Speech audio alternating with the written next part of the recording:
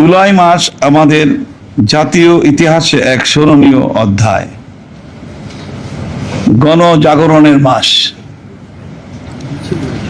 2024 সালের এ মাসে শুরু হয়েছিল দীর্ঘ 16 বছরের স্বৈরাচারী ও ফ্যাসিবাদী শাসনের বিরুদ্ধে একটি বৈপ্লবিক আন্দোলন, যা আমরা জুলাই বিপ্লব নামে স্মরণ করি। এই বিপ্লব ছিল বৈষম্য বিরোধী ছাত্র শিক্ষক জনতার অভ্যুত্থান, যার সফল পরিণতি ঘটে 5ই আগস্ট 2024। আমরা বাংলাদেশ আদর্শ শিক্ষক ফেডারেশনের পক্ষ থেকে জুলাই বিপ্লবের সকল শহীদ, আহত এবং অংশগ্রহণকারীদের প্রতি গভীর শ্রদ্ধা, সমবেদনা ও কৃতজ্ঞতা প্রকাশ করছি। হ্যালো প্রিয় সাংবাদিক বন্ধুগণ, আমরা লক্ষ্য করছি যে অন্তর্বর্তীকালীন সরকার প্রশাসনিক ও রাজনৈতিক সংস্কারের কিছু গুরুত্বপূর্ণ উদ্যোগ গ্রহণ করলেও দেশের শিক্ষা খাত এখনো দৃশ্যমান কোনো মৌলিক সংস্কার করেনি। শিক্ষা খাতে বৈষম্য, অবহেলা, বিশৃঙ্খলা অনেকাংশে পূর্বের নেই বহাল রয়েছে। শিক্ষকদের প্রতি অব্যাহত বঞ্চনা, স্বীকৃতিহীনতা, প্রায় বেতনহীন চাকরি, মূল্যায়নের অভাব এবং প্রশাসনের গড়িমসি গ্রহণযোগ্য নয়। বর্তমানে শিক্ষা খাতের যে সংকট, তা জাতীয় জীবনের ভিত্তি ও আদর্শ বিনষ্ট করেছে। জাতীয় শিক্ষানীতি 2010 ও এর সৃষ্ট বিতর্কিত শিক্ষাক্রমের মাধ্যমে দেশের ঈমান আকিদা বিরোধী, নৈতিক ও ধর্মীয় মূল্যবোধহীন প্রজন্ম তৈরির বিরুদ্ধে আমাদের অবস্থান স্পষ্ট।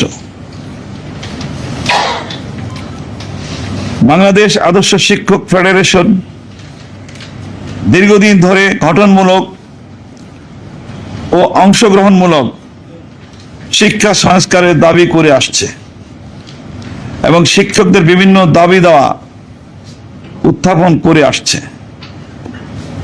কিন্তু বর্তমানে উক্ত দাবিগুলো বাস্তবায়নের ব্যাপারে অন্তর্বর্তীকালীন সরকারের পক্ষ থেকে দৃশ্যমান কোনো পদক্ষেপ আমরা দেখছি না। তাই আজকের সংবাদ সম্মেলনে আমরা আমাদের শিক্ষক কর্মচারীদের যৌক্তিক দাবি সমূহ তুলে ধরছি, যা বাস্তবায়িত হলে বাংলাদেশের শিক্ষা ব্যবস্থা একটি নতুন গতিপথে প্রবেশ করবে। দাবিগুলো হলো বেসরকারি ও এমপিওভুক্ত এবং কারিগরি সহ সকল শিক্ষা প্রতিষ্ঠানের শিক্ষক কর্মচারীদের চাকরি জাতীয়করণ এবং শিক্ষক কর্মচারীদের জন্য স্বতন্ত্র বেতন স্কেল প্রবর্তন করতে হবে। প্রিয় সাংবাদিক বন্ধুগণ, এটা হচ্ছে আমাদের মূল দাবি। এর লক্ষ্যপানে আমাদেরকে যে কোনোভাবে বাস্তবায়নের জন্য আন্দোলন সংগ্রাম সবটাই করতে আমরা প্রস্তুত আছি।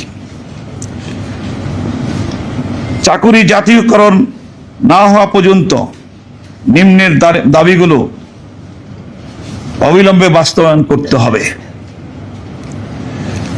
1. শিক্ষক কর্মচারীদের শতভাগ উৎসব বোনাস, সরকারি নিয়মে বাড়ি ভাড়া, চিকিৎসা ভাতা সহ অন্য সুযোগ সুবিধা দিতে হবে। 2. প্রাথমিকে 2026 সাল থেকে ধর্মীয় শিক্ষা চালু এবং ধর্মীয় বিষয়ে শিক্ষক নিয়োগ দিতে হবে। স্কুলের প্রধান শিক্ষকদের বেতন ভাতা নবম গ্রেডে এবং সহকারী শিক্ষকদের বেতন ভাতা দশম গ্রেডে প্রদান করতে হবে।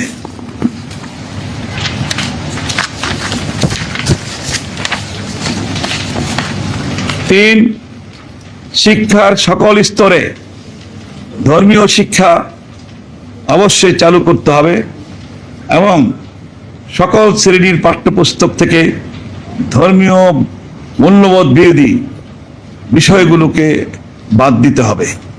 4, পেশাগত দক্ষতা বৃদ্ধি ও মান উন্নয়নের লক্ষ্যে সকল স্তরের শিক্ষকদের প্রশিক্ষণের ব্যবস্থা করা ও গবেষণা কর্মের সুযোগ দেওয়া এবং শিক্ষক কর্মচারীদের বদলির ব্যবস্থা থাকতে হবে।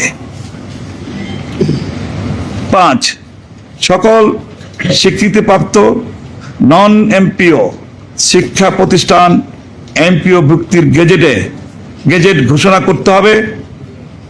আগস্ট মাস থেকে বেতন ভাতা প্রদানের ব্যবস্থা করতে হবে। 6, সরকারি কলেজ ও মাদ্রাসার শিক্ষকদের 8 বছর পূর্ণ হওয়ার পর অটো সহকারী অধ্যাপক পদে পদোন্নতি দেওয়া এবং সহযোগী অধ্যাপক ও অধ্যাপকের পদ সৃষ্টি করতে হবে। 7, বৈষম্যের শিকার ও চাকরিচ্যুত স্বৈরাচারী সরকারের সময়ে যারা বৈষম্যের শিকার হয়েছে, চাকরিচ্যুত হয়েছে, সাময়িক বরখাস্ত হয়েছে বা বিতাড়িত হয়েছে, সকল শিক্ষক কর্মচারীদের স্ব কর্মস্থলে পুনর্বহাল ও বকেয়া বেতন প্রদান, অবসরকালীন সকল পাওনা পরিশোধ করা এবং অবসরে যাওয়া শিক্ষক কর্মচারীদের অবসর ভাতা সহ সকল পাওনাদি প্রাপ্তির বিষয়ে সরকারিভাবে নির্বাহী আদেশ প্রদান করতে হবে। প্রায় 1 বছর চলে যাওয়ার পরেও অধিকাংশ বঞ্চিত শিক্ষকরাই তাদের অধিকার পায়নি। সেজন্য আমরা আজকের সংবাদ সম্মেলনে এটাকে গুরুত্ব দিচ্ছি এবং এই বিষয়ে অবশ্যই সরকারকে পদক্ষেপ নিতে হবে। 8, সৎ ও যোগ্য শিক্ষকদের সমন্বয়ে অবিলম্বে অবসর সুবিধা বোর্ড ও কল্যাণ ট্রাস্টের কমিটি গঠন করতে হবে। আমরা পূর্বের ইতিহাস আমাদের কাছে খুব মর্মান্তরিক, সে কারণে সৎ যোগ্য মানুষের নিয়ে কমিটি করার উদাত্ত আহ্বান জানাচ্ছি। প্রতিটি উপজেলায় অবিলম্বে একটি করে ফাজিল এবং জেলায় কামিল মাদ্রাসা সরকারিকরণ করতে হবে। এই দাবি আমাদের মিনিমাম। কিন্ডারগার্টেন স্কুলের নিবন্ধন প্রক্রিয়া সহজীকরণ ও সকল শিক্ষক কর্মচারীদের সরকারের পক্ষ থেকে বেতন ভাতা প্রদানের ব্যবস্থা করতে হবে। শিক্ষার অধিকাংশ আদর্শ মানুষ তারা তৈরি করছে, অথচ তারা বঞ্চিত। 11, নৈতিক ও ধর্মীয় মূল্যবোধের আলোকে শিক্ষা ব্যবস্থা প্রণয়ন করার লক্ষ্যে অবিলম্বে শিক্ষা কমিশন গঠন করতে হবে। আমরা গত বছর দাবি করার পরও সরকারের কাছ থেকে কোনো সদুত্তর পাচ্ছি না, যেটা বেদনাদায়ক, দুঃখজনক। মাধ্যমিক পর্যায়ে থেকেই শিক্ষার্থীদের প্রাতিষ্ঠানিক শিক্ষার পাশাপাশি সপ্তাহে একদিন মাঠ পর্যায়ে কিংবা শিল্প কারখানায় শ্রমের শিক্ষা দেওয়া দিতে হবে এবং পার্ট টাইম ইন্টার্নশিপের সুযোগ প্রদান করতে হবে। 12 দফা, ভোকেশনাল শিক্ষাকে সাধারণ শিক্ষার মূল ধারায় যুক্ত করে সরকারি ও বেসরকারি অংশদারিত্বের মাধ্যমে কারিগরি শিক্ষা প্রতিষ্ঠাকরণ সহজ করতে হবে। 13, দেশীয় প্রযুক্তি উন্নয়ন করার মাধ্যমে মেধাবীদের মূল্যায়নের পাশাপাশি দেশের বেকারত্ব দূর করার জন্য কারিগরি প্রশিক্ষণের এবং বেকারদের জন্য পর্যাপ্ত কর্মসংস্থানের ব্যবস্থা করতে হবে। 14, শিক্ষার সকল স্তরের পাঠ্যপুস্তককে ধর্মীয় ও নৈতিক মূল্যবোধের আলোকে এবং 2024 সালের ছাত্র শিক্ষক জনতার গণ অভ্যুত্থানের ইতিহাস গুরুত্বের সাথে তুলে ধরতে হবে। 15 সকল শ্রেণীতে মহানবী সাল্লাল্লাহু আলাইহি সাল্লামের জীবনী সহ মহামানবদের জীবনী সম্মিলিত প্রবন্ধ, গল্প, কবিতা সংযোজন করতে হবে। যা পূর্বে ছিল স্বৈরাচারী সেগুলোকে বাদ দিয়েছিল।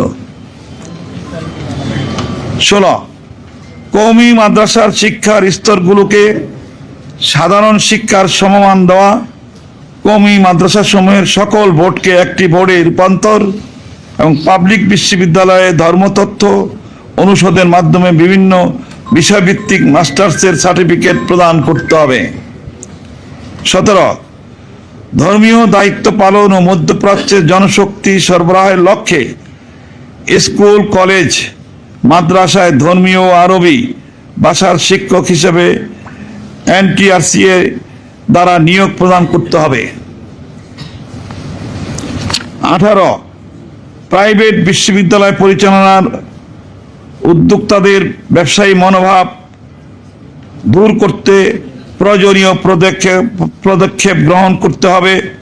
যেমন সরকারি খাস জমি বরাদ্দ দেওয়া, ইউনিভার্সিটির উদ্যোক্তাদের থেকে শিক্ষা সেবা মর্মে অঙ্গীকার নেওয়া এবং IQAC নিশ্চিত করা। 19 বেসরকারি বিশ্ববিদ্যালয় শিক্ষকদের বেতন কাঠামো রাষ্ট্র কর্তৃক নির্ধারণ করতে হবে। এখন বিশৃঙ্খলভাবে চলছে, এটা চলতে দেওয়া যায় না।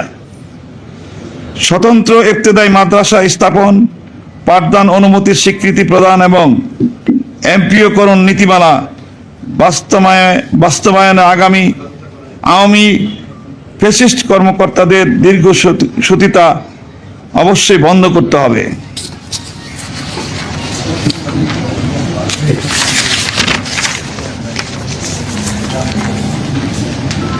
21 স্বতন্ত্র ইবতেদায়ী মাদ্রাসার নীতিমালা 2025 পরিপূর্ণ অনুসরণ করে প্রতি 3 মাস পর পর যে সকল মাদ্রাসা এমপিও অর্জনের উপযোগিতা পূরণ করেছে তাদেরকে অবশ্যই এমপিওভুক্ত করতে হবে। 22 যে সকল মাদ্রাসা জাতীয়করণের শর্ত পূরণ করবে তাদেরকে নিয়মিত ধারাবাহিকভাবে এমপিও ও জাতীয়করণ করতে হবে।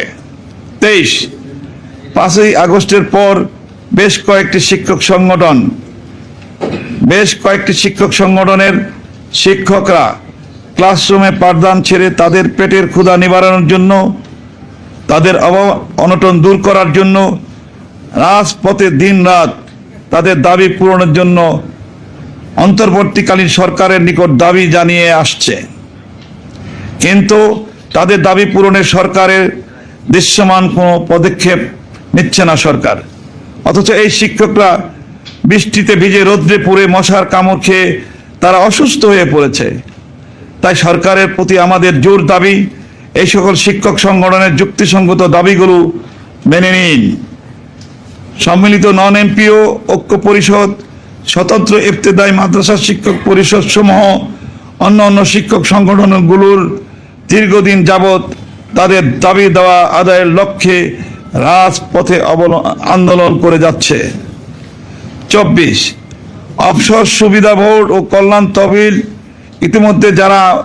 তহবিলে যারা ইতিমধ্যে আবেদন করেছেন, অবসর প্রাপ্ত কর্মচারীরা তাদের প্রাপ্য টাকা অবিলম্বে সরকারি তহবিল থেকে প্রদান করতে হবে। 17 ও 18তম শিক্ষক নিবন্ধনে উত্তীর্ণ হয়ে যারা বাদ পড়েছেন অবিলম্বে তাদের নিয়োগ প্রদান করতে হবে। উপরে উল্লেখিত দাবিসমূহ যদি অবিলম্বে বাস্তবায়ন করা না হয় তাহলে শিক্ষকদের যৌক্তিক দাবি দেওয়া আদায়ের লক্ষ্যে বাংলাদেশ আদর্শ শিক্ষক ফেডারেশন রাজপথে আন্দোলন করতে বাধ্য হবে।